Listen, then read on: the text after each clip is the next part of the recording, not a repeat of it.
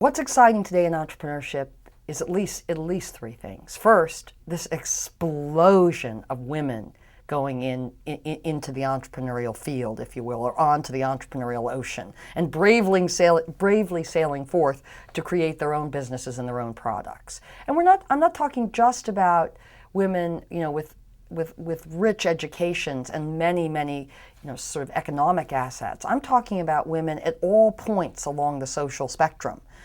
Who are, building beauty shops, setting up small schools for their kids, opening up new telecommunications ventures, creating a beauty company to sell to a larger beauty corporation. Women doing astounding things all over the map for a variety of reasons, not the least of which is being their own boss and having control of their time. But women are now starting in this country more businesses than men by some measure, and that's interesting and exciting and different than the past. Secondly, because of what's happened to the capital markets, because of the extraordinary expansion in financial instruments and in kind and in number and in sources of funding, you now have entrepreneurs from all kinds of pockets of society that now have a chance to get the cash, which is the oxygen, right, of any idea, any business in its first few, months or years in the garage, to get the oxygen and to try and bring their idea out of the ether. So you now have pockets of entrepreneurship, all over the world being purposefully, if you will, purposely enabled and stimulated. And so we see young men in the inner city starting businesses. We see entrepreneurs in the Latin American countryside starting businesses. We see graduates from the Harvard Business School starting businesses as soon as they get their diploma.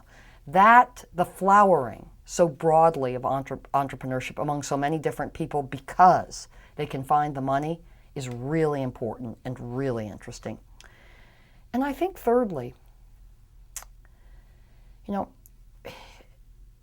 if you look at the cycles of history, or you look at the great religious traditions, there is in all of them, a toing and froing, a going and coming back, being at this point and coming round again in an undetermined amount of time to that point again. There's a wonderful line in T.S. Eliot's Four Quartets that says, "I shall not cease from exploration, and the end of all my exploration will be to arrive where I started and to know the place for the first time."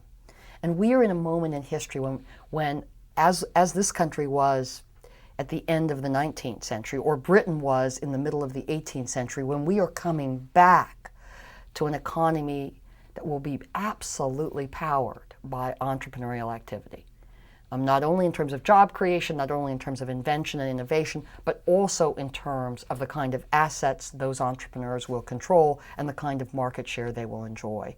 And that's very obvious in the United States, and it's very obvious in China, and India, and I think it's going to be more obvious in other parts of the world, including the Middle East, over the coming 20 or 25 years.